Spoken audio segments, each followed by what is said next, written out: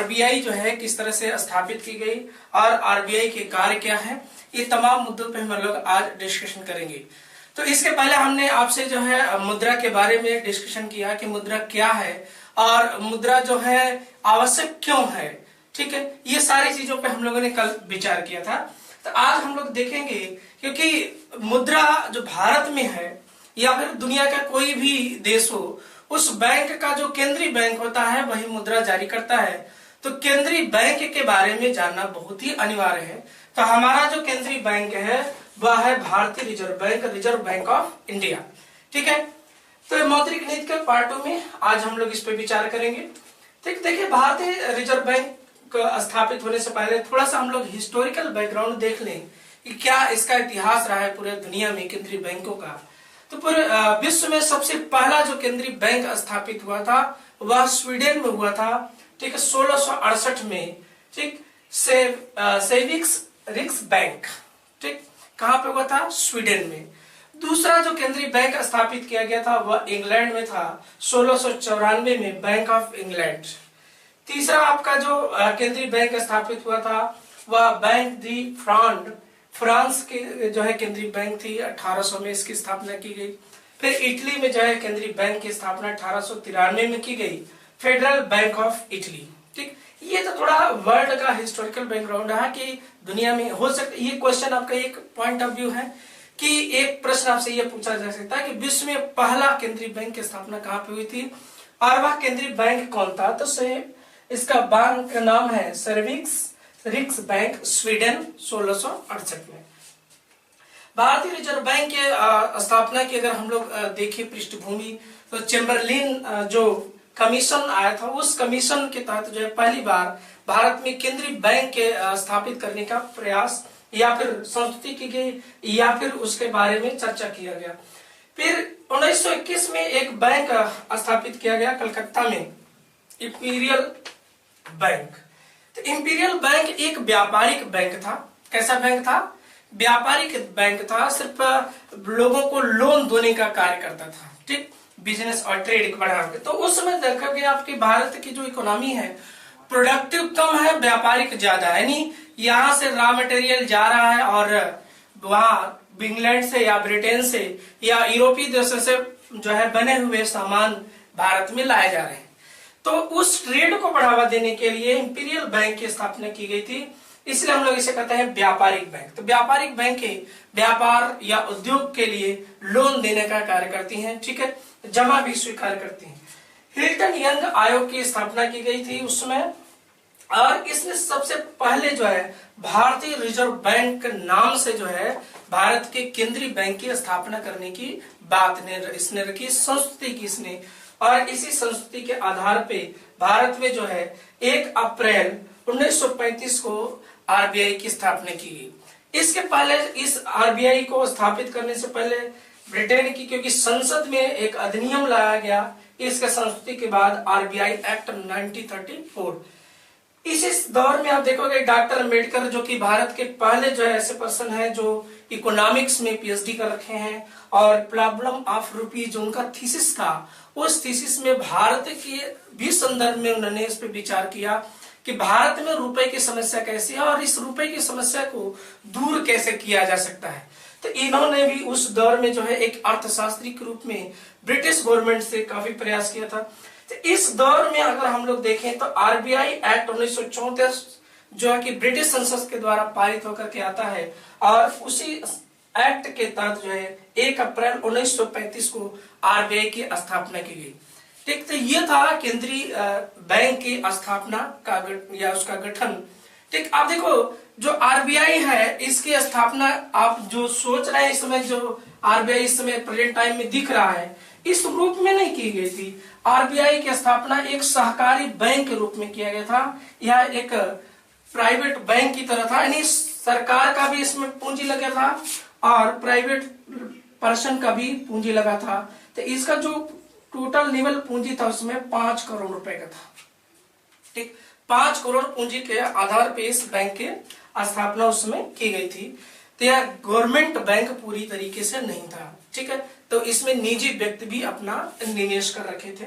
ठीक, जैसे आप प्राइवेट बैंकें देखते हैं तो प्राइवेट बैंकें यानी पूरी तरीके से निजी क्षेत्र की बैंकें हैं, कुछ जैसे ICICI है, HDFC है, आप इसके बारे में जानते होंगे। लेकिन यह सहकारी बैंक है, यानी सरकार का भी इसमें पूंजी लगा हुआ है और व्यक्ति की भी पूंजी लगी हुई है। अब इसके बाद भारतीय रिजर्व बैंक 1935 में काम करना शुरू करता है भारत सरकार के केंद्रीय बैंक के रूप में। और आप देख रहे हैं कि इसी दौर में भारत का जो राष्ट्रीय आंदोलन है वह अपने जो है चरम पे पहुंच रहा है। 1937 के बाद जो है आप देखोगे 1942 में भारत छोड़ो आंदोलन, जैसे आंदोलन व्यापक स्तर पे चलते हैं और आप देख रहे हैं कि 1947 में भारत आजाद हो जाता है।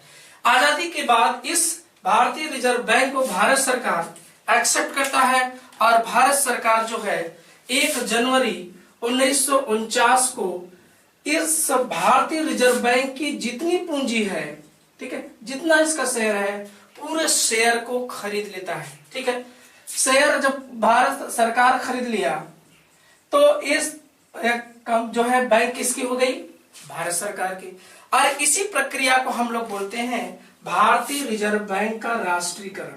तो राष्ट्रीयकरण का मतलब जो यह बैंक एक सहकारी बैंक थी, अब वह सहकारी बैंक नहीं रह गई, अब पूरी तरीके से पूंजी किसकी हो गई? भारत सरकार की। और यह बैंक अब किसकी हो गई? भारत सरकार की। तो यह कंप्लीटली भारतीय बैंक हो गई, भारत सरकार की बैंक हो गई। अब भारत सरकार ने अपना बैंक इसको स्वीकार किया और इसे अपना केंद्रीय बैंक बना दिया। ठीक है, तो इस प्रोसेस को हम लोग बोलते हैं केंद्रीय RBI का राष्ट्रीयकरण। ठीक है, तो RBI का राष्ट्रीयकरण ये हम लोगों से कभी कभार पूछ लिया जाता है कि 1 जनवरी 1949 को, कभी कभार हम लोगों से जो है RBI की स्थापना पूछ लिया जाता है। तो 1 अप्रैल 1935 को किस एक्ट के तहत उसकी स्थापना की गई थी? RBI act 1934। अब इस पे ये हम लोग ज्यादा इंपॉर्टेंट ये है कि इसके कार्य क्या है, कि ये RBI करता क्या है। ठीक है, तो RBI पहली चीज जान लीजिए कि हम लोगों का तो बैंक है नहीं, हालांकि ये बैंक है, लेकिन RBI का जो वर्क है यह मुख्य रूप से 2 प्रकार का कार्य करती है। एक जो है नोटों का निर्गमन करती है। ठीक है, क्या करती है? सबसे बड़ा जो इंपॉर्टेंट कार्य है इसका नोटों का निर्गमन करना। और दूसरा कार्य इसका है सामान्य बैंक के रूप में कार्य करना। तो RBI सामान्य बैंक के रूप में कैसे कार्य करता है और एक स्पेशल बैंक के रूप में कार्य कैसे करता है, आइए इसको हम लोग समझते हैं। तो नोटों का निर्गमन, निर्गमन का मतलब होता है 2 अर्थ होते हैं, इसमें 2 चीजें होती हैं। एक तो नोटों की छपाई और दूसरा इसको जारी करना। और ये दोनों कार्य जो है RBI स्वयं करता है। ठीक है, इसके लिए RBI के पास स्पेशल नोट निर्गमन विभाग अलग से गठित किया गया है। ठीक है, कौन सा विभाग इस पे कार्य करता है? नोट निर्गमन विभाग कार्य करता है। और जो सामान्य बैंक है इसके लिए बैंकिंग विभाग एक अलग से बना हुआ है RBI का, और यह विभाग जो सामान्य बैंकिंग कार्य है उसको कार्य देखभाल करता है। तो सामान्य बैंकिंग कार्य RBI का कौन सा विभाग करता है? बैंकिंग विभाग। जबकि नोट निर्गमन का कार्य कौन करता है? नोट निर्गमन विभाग। तो 2 डिपार्टमेंट भी हैं और 2 तरीके के सामान्य कार्य भी हैं। ठीक है, अब देखिए नोटों के निर्गमन और भारत सरकार RBI को यह पूरा अधिकार दे रखा है कि वह 1 रुपए के नोट को छोड़कर, ठीक है, सभी नोटों की छपाई, तो 2 रुपए से लेकर के 10,000 रुपए तक के नोट जो है RBI छपाई कर सकता है, उसे जारी कर सकता है। ठीक है, तो RBI को कितने रुपए के नोट छापने का अधिकार है? 2 रुपए से लेकर के 10,000 रुपए तक के नोट की छपाई कौन कर सकता है? RBI। जबकि 1 रुपए का नोट जो है RBI को छापने का अधिकार नहीं है। लेकिन इस नोट को फिर छापता कौन है? तो फिलहाल प्रेजेंट टाइम में 1 रुपए का नोट बंद हो चुका है, लेकिन फिर भी क्वेश्चन एक पूछ लिया जाता है कि 1 रुपए का नोट जो है RBI न जारी करके भारत सरकार का वित्त मंत्रालय का वित्त विभाग जारी करता है। कौन जारी करता है? वित्त विभाग। और इस पे जो हस्ताक्षर होता है वह है वित्त सचिव का। किसका साइन होता है?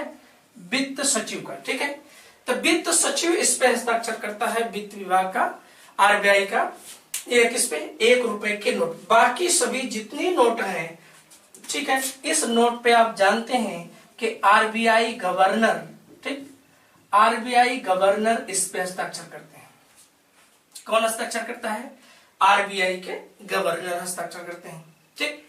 अब देखो, इस नोट की छपाई के बदले में एक निवल पूंजी भी आरबीआई को रखनी पड़ती है गारंटी के तौर पे। ऐसे ही नोट नहीं छापे जा सकते कि अनावश्यक रूप से जितना मन करे आरबीआई नोट छाप ले।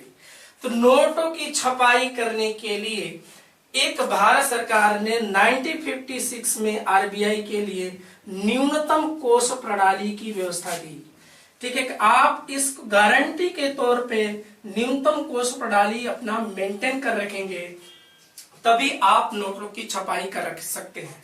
तो ये जो न्यूनतम कोष प्रणाली थी उस समय 515 करोड़ रुपए की थी। कितनी थी? 515 करोड़ रुपए की, जिसमें 115 करोड़ रुपए के सोना रखना पड़ता था आरबीआई को, ठीक, और 400 करोड़ रुपए कि जिसमें विदेशी पूंजी हो सकती है, यानी विदेशी मुद्रा हो सकती है, डॉलर हो सकता है, ठीक है, या फिर विदेशी प्रतिभूति हो सकती है, या फिर भारत सरकार का प्रतिभूति खरीद करके आरबीआई को इस जो है न्यूनतम कोष में रखना अनिवार्य होता है, ठीक है। तो ये कंपल्सरी था आरबीआई के लिए, बिना इसके गारंटी के वह नोटों की छपाई नहीं कर सकती। अब देखो, जितने भी रुपए के नोट छापे जाते हैं, सेम उतने ही रुपए के प्रतिभूति भारत सरकार से खरीद करके या फिर उसके बदले में विदेशी मुद्रा के भंडार को या फिर विदेशी मुद्रा के रूप में निवल पूंजी आरबीआई को न्यूनतम कोष प्रणाली के तहत रखना अनिवार्य है। लेकिन यह पूंजी भारत सरकार को ज्यादा समझ में आ रही थी, तो बाद में 1957 में ही इसको घटा करके 200 करोड़ रुपए कर दिया गया, ठीक है। कितना कर दिया गया? 200 करोड़ रुपए, जिसमें आपको 115 करोड़ रुपए का सोना जो था वो तो रखना ही पड़ेगा। बाकी जो ये विदेशी प्रतिभूति या भारत सरकार की जो प्रतिभूति है उसको खरीद करके 85 करोड़ का रखना पड़ेगा। अभी प्रतिभूति, बार बार शब्द आ रहा है, आपके दिमाग में आ रहा होगा कि ये है क्या। तो भारत सरकार मौद्रिक मूल्य के रूप में, ठीक है, मौद्रिक कीमत के रूप में एक बॉन्ड जारी करती है, एक पेपर जारी करता है, जिसको हम लोग प्रतिभूति के नाम से जानते हैं। तो ये प्रतिभूति भारत सरकार की, क्योंकि आरबीआई के अंतिम जिम्मेदारी किसकी होगी? भारत सरकार की होगी। इसलिए भारत सरकार एक सिक्योरिटी के रूप में अपनी प्रतिभूति बेच जो है आरबीआई के पास रखना पड़ता है, ठीक है। तो आरबीआई इसको खरीद करके या तो रखे, या तो आरबीआई जो है विदेशी किसी दूसरे देश की प्रतिभूति खरीद के रख सकता है, या आरबीआई दूसरे देश की विदेशी मुद्रा को रूप में अपने पास रख सकता है। तो न्यूनतम कोष में 200 करोड़ रुपए की पूंजी रखना अनिवार्य है। साथ ही साथ आपको यह ध्यान रहे कि जितने रुपए के नोट जारी किए जाते हैं वो सभी नोटों के लिए आरबीआई के पास उतने ही मौद्रिक मूल्य का जो है प्रतिभूति का होना भी जरूरी है। जैसे मान लीजिए कि इस महीने में आरबीआई ने 10,000 करोड़ रुपए के नोट छापे, ठीक है, 10,000 करोड़ रुपए का नोट आरबीआई ने छापा, तो सेम इसने ही पूंजी को उसको प्रतिभूति के रूप में अपने पास रखना पड़ेगा, सिक्योरिटी के रूप में रखना पड़ेगा, ठीक है। तो उसको हम लोग सिक्योरिटी बॉन्ड के नाम से भी जानते हैं, ठीक है। तो ये बहुत बड़ा कार्य है आरबीआई का, नोटों का निर्माण, जिसको हम लोगों ने समझा। अब आइए देखिए सामान्य बैंकिंग कार्य आरबीआई क्या क्या करता है, उसको भी आइए हम लोग समझते हैं। तो सामान्य बैंकिंग कार्य में सबसे पहला जो इम्पोर्टेंट कार्य है वह कार्य है सरकार के बैंक के रूप में कार्य करना। किसके रूप में? सरकार के बैंक के रूप में कार्य करना। ये बहुत बड़ा कार्य है। अब देखो, जो आरबीआई है वो हम लोगों का तो बैंक है नहीं कि हम लोगों का अकाउंट कहीं आपने देखा तो ऐसा है नहीं कि आरबीआई के ब्रांच खुले हों जिसमें हम लोग अकाउंट जाके सीधे खुलवा सकें, तो हम लोग उसमें अकाउंट नहीं खुलवा सकते। लेकिन आरबीआई भारत सरकार और राज्य सरकारों के बैंक के रूप में कार्य करता है। तो जितने सरकारें हैं भारत में, सभी सरकारों का अकाउंट किसके पास होता है? सरकारों का अकाउंट आरबीआई के पास होता है। अब जैसे हम लोग अब नकदी मुद्रा जो है घर में रखना पसंद नहीं करते हैं, बैंक में रखना इसलिए पसंद करते हैं कि वहां सिक्योरिटी रहेगी और ऊपर से ब्याज भी मिलता रहेगा, सुरक्षित रहेगा। तो ठीक उसी प्रकार से जो सरकारों की नकदी है वह किसके पास होती है? आरबीआई के पास। और जैसे हम लोग अपने बैंकों से ऋण ले सकते हैं, तो वैसे आरबीआई से सभी सरकारें अपने घाटे की भरपाई के लिए ऋण ले सकती हैं और आरबीआई इनके घाटे की भरपाई के लिए ऋण भी देता है। इसलिए हम लोग कहते हैं कि आरबीआई सरकार के बैंक के रूप में कार्य करती है। तीसरा इसका सबसे महत्वपूर्ण कार्य है बैंकों के बैंक के रूप में कार्य करना। किसके रूप में कार्य करना? बैंकों के बैंक के रूप में कार्य करना। तो हम लोगों का बैंक, जैसे उदाहरण के तौर पे मान लेते हैं एसबीआई है, तो एसबीआई का बैंक कौन है? आरबीआई है। अब जैसे हम लोग अपने बैंक में जमा कर सकते हैं नकदी को, फिर लोन ले सकते हैं, तो ठीक उसी प्रकार सभी बैंकें आरबीआई के पास अपनी जमा पूंजी रख सकती हैं, जमा कर सकती हैं और आरबीआई से लोन ले सकती हैं। तो इसको हम लोग मौद्रिक नीति की जो दरें हैं उसमें और भी डिटेल में समझने का काम करेंगे। ठीक है, तो बैंक के रूप में कार्य करना, किसके बैंक के रूप में? बैंकों के रूप में काम करना और सरकार के बैंक के रूप में कार्य करना, ये दो महत्वपूर्ण कार्य हैं। अब देखो आरबीआई का एक बहुत बड़ा काम इकोनॉमी में यह है कि वह मौद्रिक जो मुद्रा की मात्रा है या फिर मौद्रिक जो दरें हैं उसको निर्धारित करके ठीक क्या करे? अर्थव्यवस्था में मुद्रा स्फीति का नियंत्रण। ठीक, तो मुद्रा स्फीति को नियंत्रित करने का भी कार्य, उसको स्थिर बनाए रखने का प्रयास भी आरबीआई के द्वारा किया जाता है। और यह कार्य हम लोग आरबीआई की जो मौद्रिक दरें हैं उसके माध्यम से थोड़ा सा और डिटेल में समझने का काम करेंगे। अब देखो आरबीआई अंतरराष्ट्रीय जो मुद्रा बाजार है, ठीक है, अंतरराष्ट्रीय मुद्रा बाजार में भारतीय रुपए के विनिमय दर को स्थिर बनाए रखने का प्रयास करती है। ठीक है, क्या करती है? विनिमय दर को स्थिर बनाए रखना। ठीक, तो विनिमय दर को स्थिर कब बनाएंगे? जब हम उसके लिए लगातार प्रयास करेंगे। तो आरबीआई इसके लिए अंतरराष्ट्रीय मुद्रा बाजार में, जहां पर विभिन्न देशों के मुद्रा का एक्सचेंज होता है, विनिमय होता है, जैसे आप देखेंगे रुपए के बदले डॉलर, डॉलर के बदले युआन, ठीक है ना, या फिर यूरो के बदले डॉलर, इस तमाम मुद्राएं आपस में एक्सचेंज की जाती हैं क्योंकि अंतरराष्ट्रीय व्यापार पूरी दुनिया में चल रहा है। हम लोग ग्लोबल विलेज के कॉन्सेप्ट की बात कर रहे हैं। दुनिया की अधिकांश अर्थव्यवस्थाएं ओपन है। ठीक, तो ऐसी स्थिति में विनिमय दर कहीं ज्यादा जो है उतार चढ़ाव ना हो, तो इसके लिए आरबीआई का एजेंट अंतरराष्ट्रीय मुद्रा बाजार में रहता है और वह एजेंट लगातार प्रयास करता है कि हमारी मुद्रा का जो विनिमय दर है वह स्थिर बना रहे। तो आप हमेशा जो है न्यूज पे सुनते होंगे कि आज $1 के बदले रुपए जो है इतने पैसे सस्ता हो गया। जैसे मान लीजिए $1 बराबर 70 रुपए, ठीक है, तो कभी कभार होता है कि $1 बराबर हो जाता है कितना? ठीक, 69 रुपए, ठीक, 70 पैसा।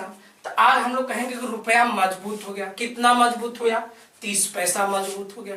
ठीक, फिर हम लोग देखते हैं कभी कभार न्यूज में आता है कि $1 बराबर 71 रुपया।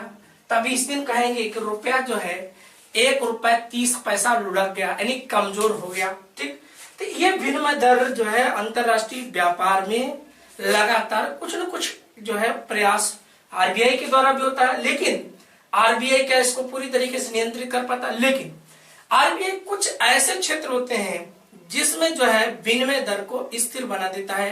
क्या? जैसे मान लीजिए टेक्सटाइल जो है व्यापार हो रहा है किसी दो देशों के बीच में, तो आरबीआई का प्रयास रहेगा कि इसको क्या कर ले, हम लोग स्थिर विनिमय दर रख लें जिससे हमारा जो प्रॉफिट है वह स्थिर बना रहे, नहीं तो हम लोगों को घाटा भी इसको झेलना पड़ सकता है। तो ये आरबीआई का बहुत बड़ा प्रयास है जो आरबीआई करता है, ठीक है।